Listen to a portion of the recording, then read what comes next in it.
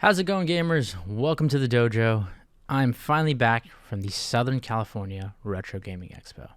Let's talk all about it. So I want to make this easy for those of you who just want to jump to the part that interests you. I'm going to start with my overall kind of recap of the event and my personal experience at the event before I get into the fun stuff like my expo tips, my pickups, and my haul, which I'm sure some of you are interested to see the money that I frivolously spent at the two-day event, and then just kind of wrap up with a summary of the overall event. So if you're interested in that stuff, you can click in the description below. Otherwise, this is going to be a bit of a long one because I want to recap just the full, true 2 days that was the Southern California Retro Gaming Expo. So this event was held from Friday to Sunday, June 7th through the 9th, I believe, if I'm not mistaken. I made the trip down from San Francisco Wednesday night, so last week, 6-hour plus drive to spend some extra days out in Southern California since I had the days off from work anyway, and just kind of catch up with friends down there. I haven't visited Southern California in a while. And the main goal, of course, was to spend that weekend at the Southern California Retro Gaming Expo. So I have like a lifestyle channel that I'm going to be uploading my full vlog on there, but I try to save a lot of my video game hunting for Saturday, Sunday, not to go too crazy the other days I was there in Southern California, though I did stop by a couple stores. But interestingly enough, and as you'd imagine, a lot of the big stores we're going to be attending the expo anyway, so a lot of their inventory was already like being moved out the door in preparation for the event. That event started on Saturday. Technically, Friday was the qualifiers for their Tetris game tournament, which we'll talk about in a second. But Saturday, Sunday was a main event for vendors and so on. This was my first ever expo, so I didn't truthfully know too much what to expect. I had an inkling, an idea from what I've seen from like YouTubers and people who attend a lot of these events. I've been to more smaller scale events here locally in the Bay Area, but nothing of this kind of sheer scale and size. 200 plus vendors, so on and so forth, at a full-on convention center in Pasadena, California. So with that, I arrived Friday night in Pasadena. I stayed at the hotel that was attached to the convention center, which just made life easier as a whole. It was literally like a 2-minute walk from hotel room to a convention center door. I went with my partner, and my friend actually who lives in Southern California made his way up to Pasadena for day one Saturday to attend the event with us as well. I got a 2-day pass. They technically have these like VIP passes that let you in an hour early, which gives you an advantage to kind of hunt the game floor early before the main doors open. But if you don't know, a lot of kind of how these things go, a lot of transactions take place before those doors even open. I personally know some store owners who bought like tens of thousands of dollars of like stuff from other vendors before those doors even open. And it's kind of how this business works, right? You buy inventory from other stores to restock your stores. I wouldn't even say politics. Like, it's just the nature of how that business works, so I get it. Doors opened at 10 on Saturday. It is. I will say the overall expo staff, organization, everything was great. Like, it was super efficient. You knew where to go. You knew where to line up.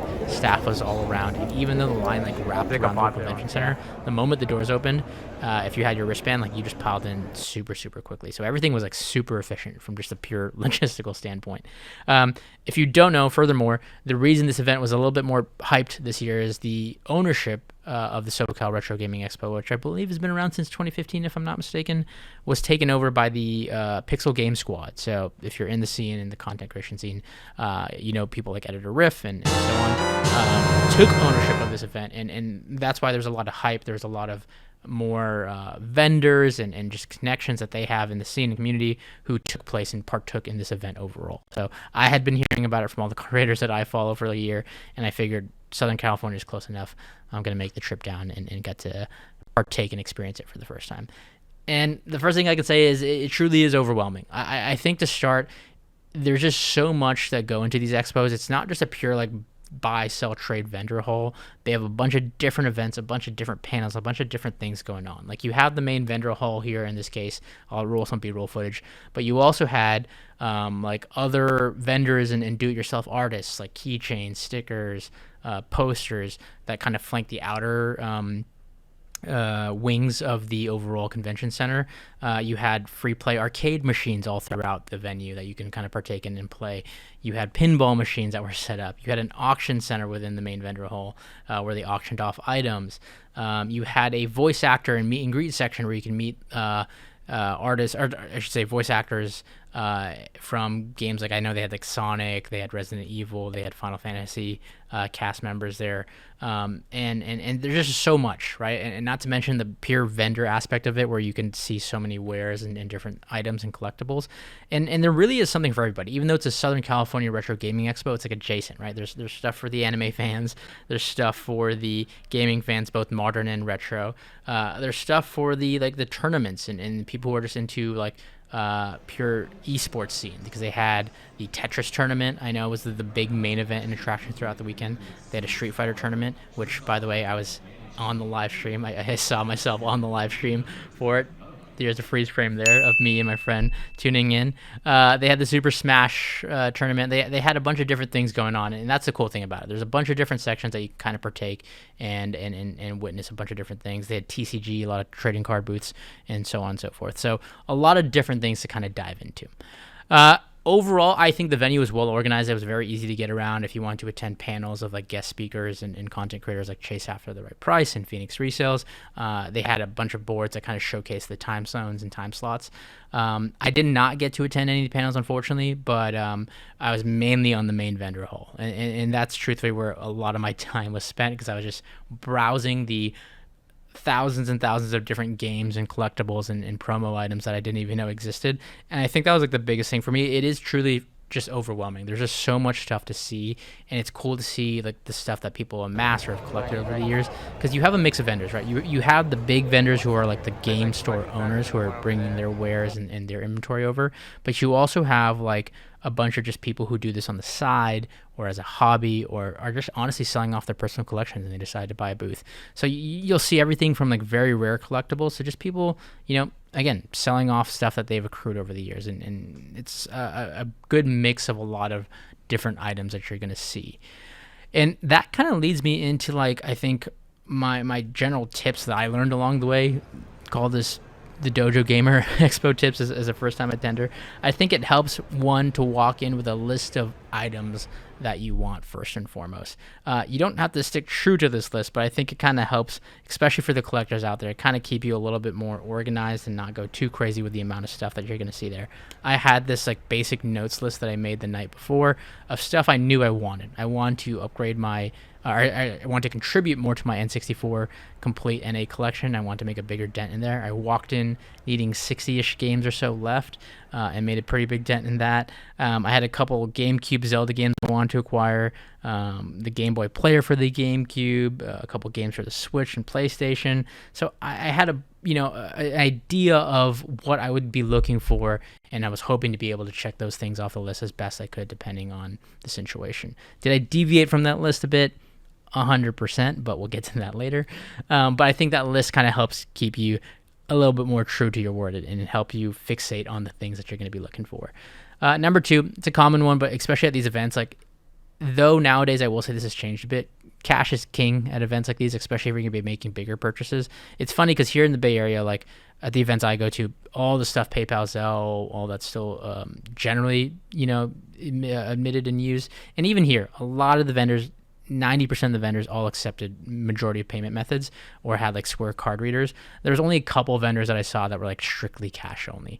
The venue had ATMs easily available, though they were like $200 limit ATMs, unfortunately. So if you're making bigger purchases, I would highly recommend withdrawing the cash beforehand if you want to have that for like negotiating power when it comes to like haggling or trying to get a better deal. The other aspect of deals in general, it is a common one, but especially for like multi-day events like this one, 2-day events, the latter half of the event, so Sunday in this case, tends to be where you can get better deals when it comes to just pure haggling, because a lot of the vendors are just trying to get rid and liquidate their inventory, especially the ones who are traveling from like out of state, don't want to come back with all those items. They want to make it easy on themselves. There's a lot of like on Sunday, you saw a lot of people put up signs like this pile's $5 or like 20% off all items and stuff like that. So you have more negotiating room versus like day one where you walk in, because people have all the power to sell to other people who are willing to buy at that price over the next couple of days. So that's not to say you can't negotiate or make deals prior to the last day of an event. I just think you get better options and you have more negotiating power on those last days of the events. Outside of that, again, it truthfully is just taking your time. I think this venue was pretty well spaced. Like, yes, day one, Saturday, there was a big mass piling in of everybody, and it can get a little crowded in certain sections or smaller booths. But generally, for the most part, like, you can navigate your way around. Like, it was nicer to browse towards like the end of the days, and Sunday was definitely a lighter day where I felt like I actually had more time to browse, because in that initial rush, especially if you go in doors open, there's just gonna be so many people piling at the booth, especially the bigger, rare booths with nice items, that you don't get as much time to pile around. Like, some of the bigger booths had multiple people working it, because like if you have questions, you just gotta be a little patient, as we'll say, at these expos, because like sometimes you kind of have to stand around and wait and ask for like a price or a bulk deal or whatever it is, and like they got to talk to like a ton of people going on. So I respect the people who are running like solo booths and so on, and navigating all the craziness that's going on. But with those initial tips out of the way, to kind of jump back to my experience, like day one and day two, it was great. It was really cool just to kind of see a lot of the different booths and vendors out there. I had the opportunity to meet a lot of really great vendors, store owners, people. There's a couple stores from locally here in the Bay Area, like Fire and Ice, who were out there, not as vendors, but just general people walking the floor. So it was really cool to see them. And I got to see a lot of really great content creators and people that I follow online, like in person. And it was really cool. So met Phoenix Resales, John Riggs, the Chase After the Right Price, or the Caterpie crew. I did not get a picture with them, but I ran into them multiple times. And JRPG Life, met that couple as well. And it was just really cool to see these people that you follow online, or people who kind of like influence my habits and stuff as a collector, or influence me as a content creator, just to see them doing their thing and interacting. And people like Mort's from Mort's Garage. I believe I might have a clip in his upcoming vlog. We'll see. They did film a little section after I bought some items from him, but really cool just to, one, express like my support of their channel to them in person as a content creator myself, and just interact with them like at a very human level, right? Versus like through the screen. So yeah, really, really cool opportunity to meet a lot of people, and even get it's funny, I got recognized by somebody on the floor who just said they saw me through everybody else's social media, so they wanted to introduce themselves to me. I have to find his business card. I believe he runs a game store in Houston, Texas, so if you're ever in Houston, Texas, I will put his store right here. So check him out. But yeah, I think that's like the biggest takeaway from this in terms of personal experience. It truly is about the community at these things, like from the vendors and sellers to the people I got to meet and do, small meet and greets with, or just kind of interact with and buy stuff from their booth. It really is about that sense of community in this gaming scene. And that's the one thing I've come to appreciate in the last year, ever since I started this channel, but really in the last year, where I've kind of gotten more heavily into the scene, and interacting and so on and so forth. Like, I have people who hit me up about stuff that they know I need for my collection, or if they see something on the floor, they reach out to me to see if it's something I'm interested in, stuff like that. Like, small little things like that go a long way. But yeah, with that, ladies and gentlemen, let's jump into the portion that I'm sure some of you are waiting for. What did I end up picking up? What was my haul like at the Southern California Retro Gaming Expo, and what am I coming back with? So let's cut over to see the copious amounts of money that I frivolously spent. Okay, so to start, I wanted to highlight the Nintendo 64 pickups that I got from the con, because this is, I'd say, mainly the focus of my hunt amidst the whole expo, was to look for more for my Nintendo 64 library. So I got a mix of lights and mediums and a heavy or so for the N64 collection. If you don't know, I'm going for the complete collection, and I'm starting with the NA collection specifically, so 196 games. A little bit of cheating, but these first two were from a store not at the actual expo. I picked these up right before going to the expo, I think on Thursday, just from a store. I just needed these cheap kind of filler titles, NHL Blades of Steel and World Cup 98. I was at the store anyway, so I decided to get them. But outside of that, as you can see, we picked up quite a bit of N64. So let's just quickly kind of go through these. Hyperbike, Top Gear, Rally Challenge 2000. And you'll see all the sticker prices on here. Majority of these, if not all, I got at some sort of a discount because I bundled them. Batman Beyond, I've been looking for this one for a while. Glover, I think this is the only one actually that I got at sticker price. I paid 15 bucks for this. StarCraft 64, got this at a good deal. I know the label has a little bit of damage, so got a decent deal on this, and it was bundled up with some of the other items. I'm actually interested to see how this plays because it still baffles me that StarCraft was on the Nintendo 64. And then we have Big Mountain 2000. Ogre Battle 64. Got this at a very good deal as well. Donald Duck Going Quackers is one I don't typically see. Penny Racers, a title that I did not have in my collection. Silicon Valley Space Station. And Robotron 64. And then you may have seen Beast Wars Transmetals. This is one of the heavier known titles out there for the Nintendo 64. This is a Transformers game out there for the 64. A little bit of label damage, nothing crazy, but not enough to deter me based on the price I got it at. And speaking of deals and bundles, let's set all this aside because I also picked up one 64 game in particular that you may have heard of. This is Clay Fighter's Sculptor's Cut. This is the most expensive Nintendo 64 game to date. This is number 1. This was a purchase, ladies and gentlemen, that I had thought about. I had debated with myself internally going into the expo. I knew I was going to be potentially on the hunt for this because I wanted to see if I can get this at a decent deal. If you don't know about this game, this is the most expensive Nintendo 64 game as a Blockbuster exclusive. I remember playing this as a kid, funny enough. Like I remember getting this from Blockbuster and playing with my neighbor, but it's not the greatest game in the world. It's just one of those things that, funny enough, as a collector has become like one of the rarer items because of the rarity of it. Easily goes for $1,000 plus on this game. I will be completely transparent. I paid $12.50 for this game, Nintendo 64 game, which is just so crazy to say. $1,250 on this single cartridge, which, yes, I know exists in different forms. Yes, I know you can get the ROM for this, but as a collector and as somebody who's going for the complete collection, I finally got my hands on this. And I will say, I think condition-wise, it's in pretty decent condition. There's a little bit of wear right there on the side of the cartridge that can probably easily be cleaned off with a magic eraser, but the label itself is intact. The back label is intact. Usually it's the front label that a lot of people are worried about. You can usually swap everything else if you really wanted to, but I want to pause here to talk about this pickup because this is a Grail pickup. Like, just straight up, that's what it is.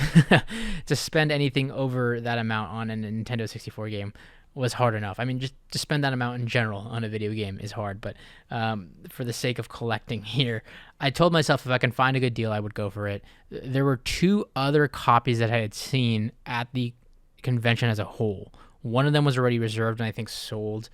One was from Game Tower. They had a copy that the label was pretty beat up. I'm gonna be honest, I might have some footage of it, but it was priced at $900, so the price reflected that. Like, it was well below like typical price charting asking price because of the label. And Elliot, the owner of Game Tower, definitely had wiggle room. Like he was talking to me about how he's definitely willing to work out a deal. So I feel like I probably could have gone that one for cheaper than $900 given the label condition. But I told myself, like, if I'm gonna get this game and just pull the trigger on this, I might as well just get the one that's like in better condition. Because I debated getting the cheaper copy and potentially just doing like a replacement label because I have somebody that I buy like those labels from custom on Etsy. And I know that could be like sacrilegious to a lot of collectors out there. But this is for the personal collection. Like, this is not something I plan on like holding on to see if it increases value. So I debated that whole thing. Do I save a couple $100? The one I ended up getting was originally priced at $1,400, and that vendor, I'm going to throw his name here, big shout out to him because he came in clutch and gave me a good deal on that, as well as a couple other of the heavies that I picked up, like Beast Wars. So ultimately, I settled on getting the more expensive copy, negotiated it down, and yeah, I now own the most expensive Nintendo 64 game. Okay, moving on to miscellaneous video games from across different consoles and platforms. First off, Yeah Beavis. I believe is the pronunciation. This is a original from one John Riggs in the Rig Games studios here. So this is for the Game Boy Advance. This is just a custom cart in game from John Riggs. I definitely wanted to support and get one of his games. He had his like NES games as well, and he had this for the NES port in a complete in box. But decided to pick up the Game Boy Advance version. He had a couple games of his originals, but this is the one I ended up settling on when he walked me through kind of like what each game was about. This one interested me the most, so definitely going to be excited to check this out and just to support a fellow creator overall. So yeah, Beavis. Next up, Final Fantasy Chronicles. This is the 2-pack edition. So you have Final Fantasy and Chrono Trigger both in here with the 2-disc set there. I've always seen this, and it comes in a non-greatest hits edition, but I think I got this for like $20, so couldn't pass up on this for both Final Fantasy and Chrono Trigger kind of dual pack. I think is a cool thing for the collection. Oh, and sorry, Final Fantasy 4. I had a brain fart there for Roman numerals. Okay, so there's that. Super Mario Maker 2. I think I talked a little bit about this earlier. I was on the hunt for this. I saw this at like a speedrunning competition recently, and I really just kind of wanted to try this out. So I've been looking for this on the Switch. So use the opportunity being at the expo to finally pick this up. So there is that. Whoops. Oh, I guess, yeah, let's set this aside. Some other stuff that's not gaming related. But hey, Lakers fans out there found this in a random booth, so decided to pick this up. It's like a limited edition Lakers coin for Magic Johnson. So there's that. GameCube. I was looking to pick up some Zelda for the GameCube and add on to my Zelda collection. Surprisingly, I don't have a lot of the GameCube titles, so I've finally decided to make the kind of pivot into collecting these as well. So I got the promotional disc here, and I got the Master Quest and Ocarina of Time for the GameCube. So this is the two game bonus disc set, as well as a promotional disc set, which includes 4 of the Zelda games. So it's Majora's Mask, the original Legend of Zelda, Zelda 2, The Adventure of Link, and Ocarina of Time. So this one is a really good deal overall. So this promotional disc for $62. I cannot complain on that deal that I got for these 2.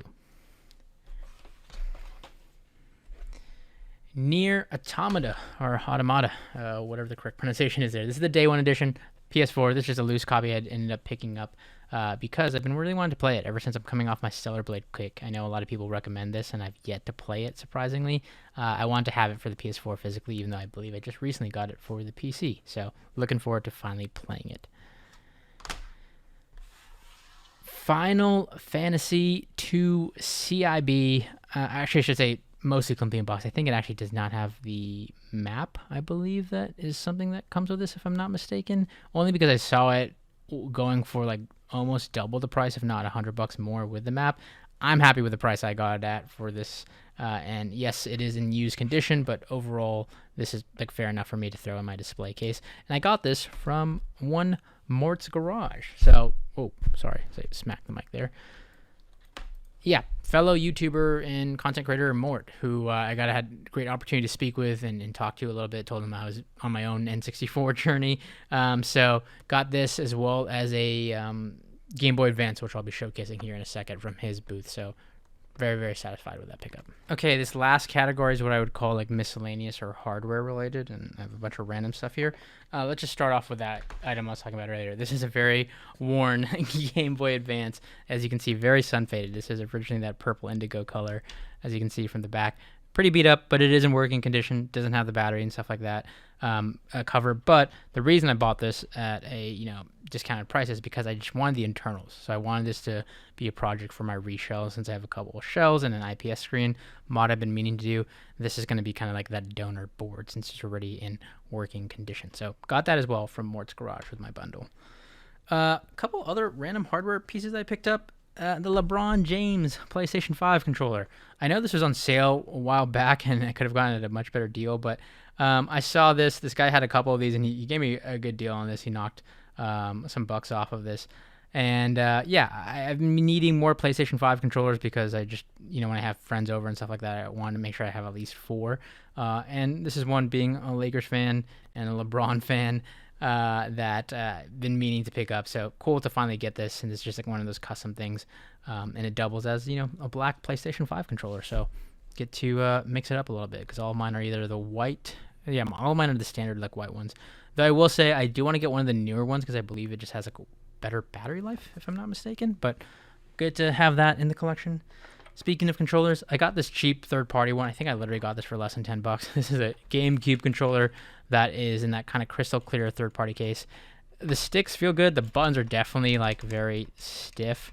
So I'm sure some people would hate that. But I got this because it's clear and it matches the aesthetic of the clear GameCube that I'm working on for the Ultimate series. So just to have as a spare controller. Speaking of GameCube, let's keep that theme going. We have the Game Boy GameCube player. So I've been meaning to get one of these as well. Got this at a decent deal as well for right under $40. And I'm going to be reselling this as well to match the clear aesthetic. And since I have a modded Game Cube, I believe I do not even need the Game Boy player disc, which tends to be the more expensive item of this bundle. So opted to just get the player. The vendor I bought from had like 4 of them, so he gave me a good deal on this, and he was talking to me about like, yeah, if you have the Pico modded GameCube, you don't even need to buy the disc. So finally have that in my collection. And to wrap with consoles here, one of the, actually not the last console, but one of the items I was looking to get this whole time was a Sega Saturn. I've been meaning to get a Sega Saturn for the collection. I have one that's stock that I believe is in a broken state right now that I still need to fix. I wanted a working one because I want to do a mod project on that. I bought this off of a collector, I believe her name was Jess, who had her personal collection that she was selling, and she was trying to get rid of a lot of her items on the last day. So snagged this at a good deal. It was great to support somebody who's just getting rid of the personal collection. She had one in box for a decent deal that I debated buying, but ultimately held off and just said, hey, I'm just going to get the console loose. It came with the controllers, cables, all that good stuff, and she validated and tested that it was working. This is actually an item I realized I did not pick up at the expo, but just something I picked up offhand before the expo. This is from a random store. N64 cleaning kit. I think I got this for like $20. So I've been getting a bunch of N64 random accessories complete in box just for display. So yeah, there's that. And then, speaking of which, I also got these from Collector Protector. If you don't know, Collector Protector is one of the known like video game acrylic protector cases. They do a bunch of like custom cases and different items to help protect your collection. And I namely needed some stuff for the N64 cartridge, especially after picking up Clay Fighter Sculptor's Cut. Are these like 4mm acrylic cases just for like single N64 cartridges, and their cases just look like this, and the bottom I believe is magnetic, so it actually just snaps in place through the track and the railing, but then it closes via magnet, so it's very, very secure. So the idea here is I could take a game like one Clay Fighter here and take it out of its current like plastic case that it's in, and just line it up here and then push that slot back in, and the magnets will hold that bottom thing in place. And there you have it, a nice little display case that you can display on a shelf or what have you for your collection, and keep those investments or what have you protected. Oh, some other miscellaneous stuff that I also got while we were there. Final Fantasy 1 and 2. This is just my complete in box for this, for the GBA Dawn of Souls.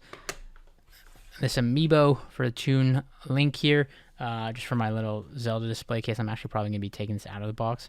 I have nothing against people who keep them in the boxes, but, you know, I do just want to kind of display it on the shelf, so I'll probably take that out.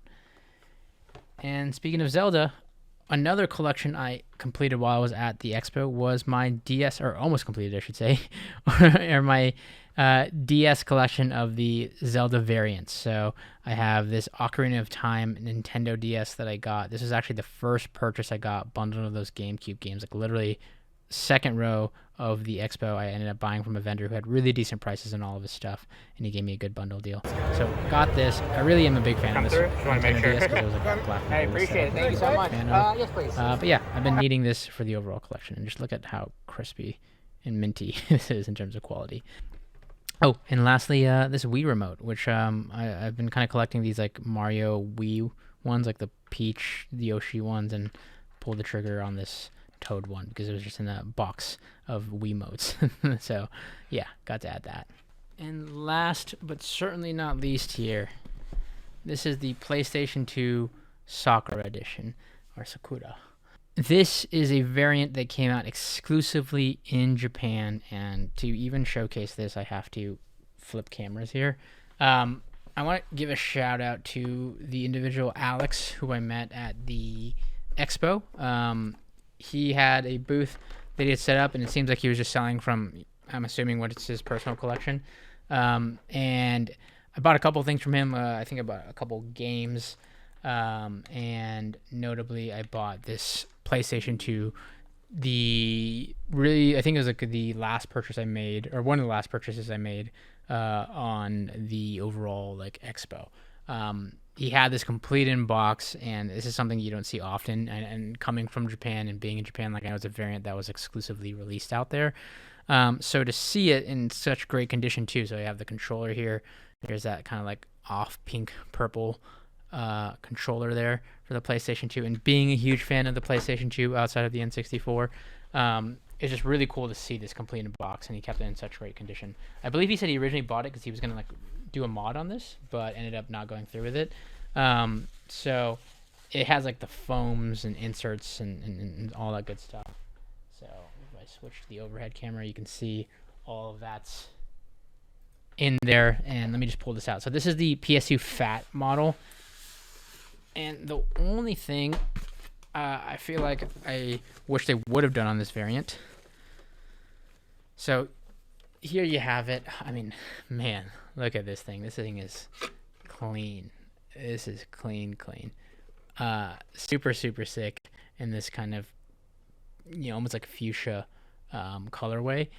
Japan had a lot of cool variants. I definitely want this, and I wanted this one in the Midnight Blue edition that they did in Japan, so that's still on my list.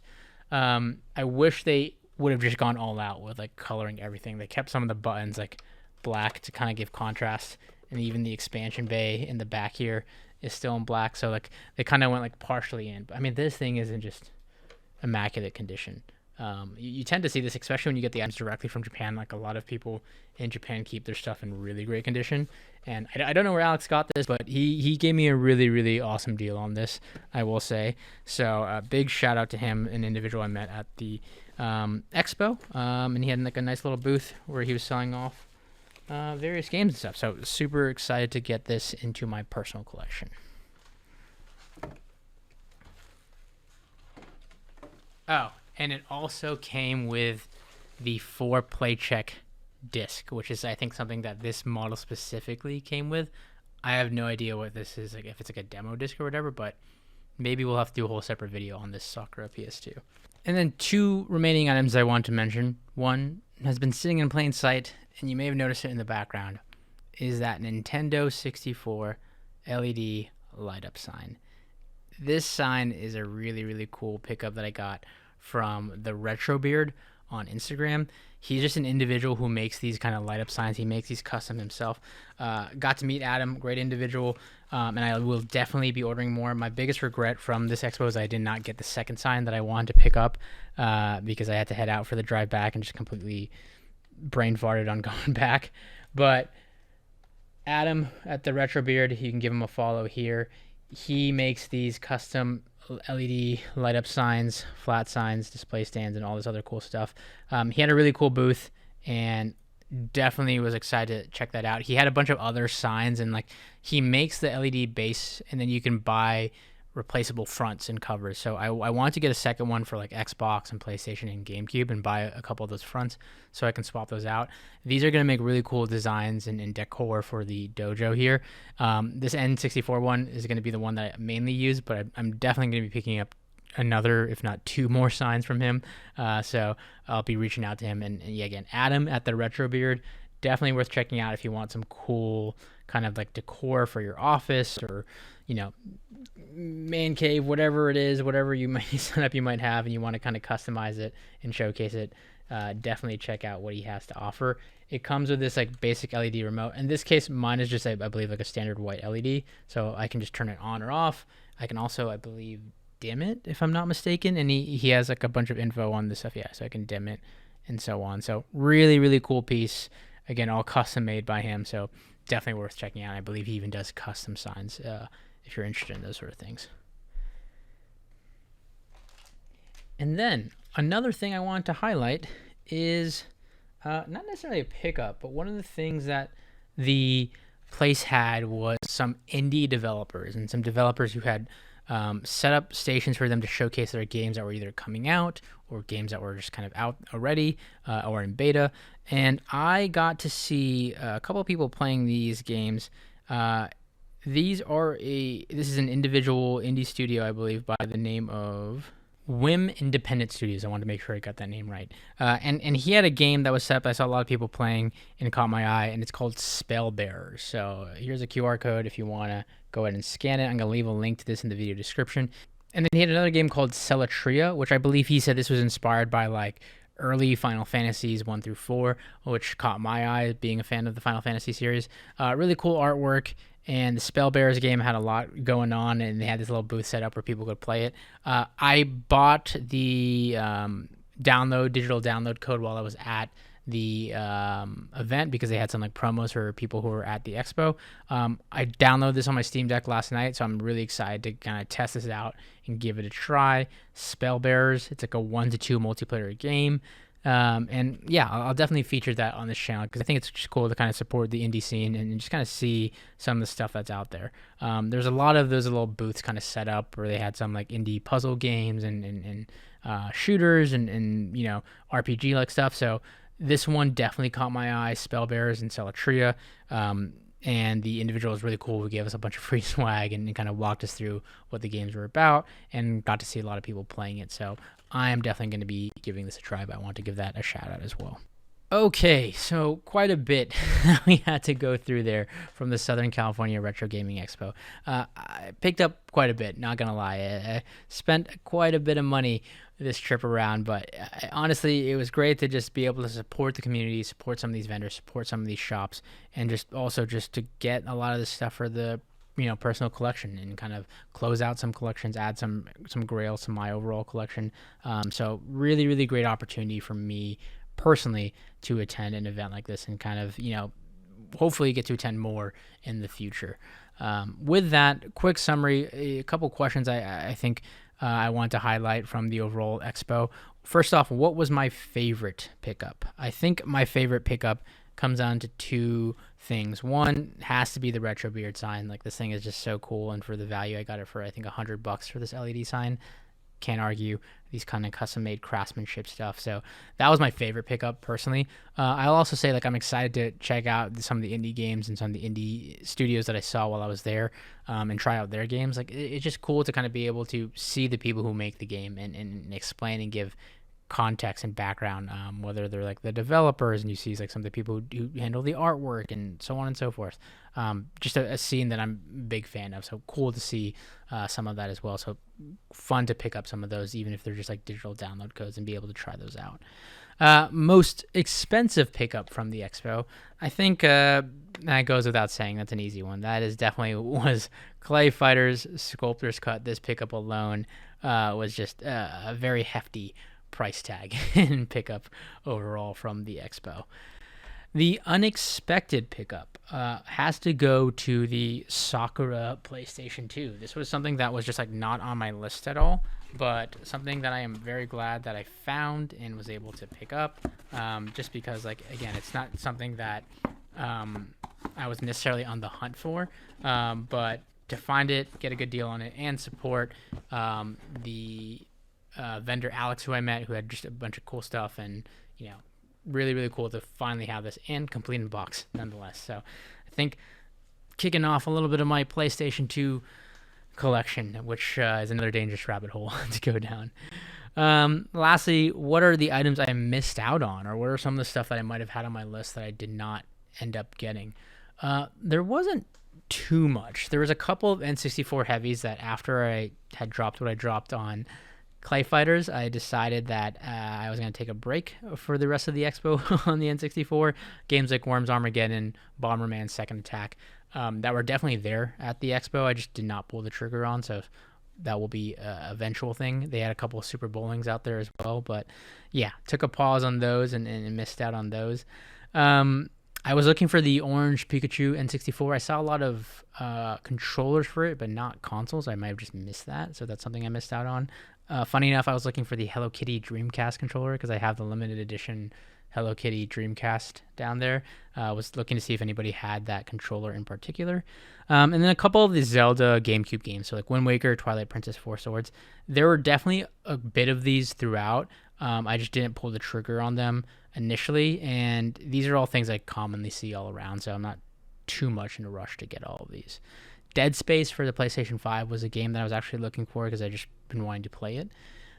Celeste Special Edition, or sorry, Deluxe Edition, I should say.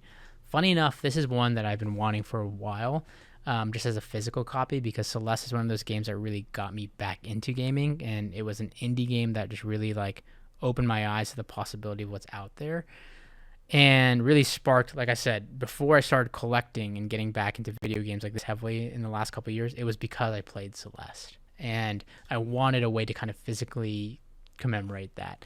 The funny thing is, I've seen a couple of deluxe editions prior to the expo, and there's one that I saw at a book off that was a little bit above price charting, and I just decided to pass on it because I figured I'll see this at the expo. The funny thing is, I only saw one copy at the expo, and I think it was new and sealed because it was priced definitely way above price charting. Typically I see it going for like 80 to 90. It was going for like 130 plus. I decided not to pull the trigger on that because it was priced that much higher, but now I regret not pulling the trigger on the one that I saw at the book off that was only like $15 more above price charting. So that's my L. Look, all in all, I was really, really happy with my overall experience at the SoCal Retro Gaming Expo. I think the event was great. I think the vendors were great. I think community was great. Getting to meet so many of those like-minded creators and just the creators that I look up to and the big creators out there in the scene. As somebody who's starting out, now with this Dojo Gamers channel, it was just really cool to see a lot of the different people in the scene, a lot of the different wares and collectibles and items a lot of vendors had.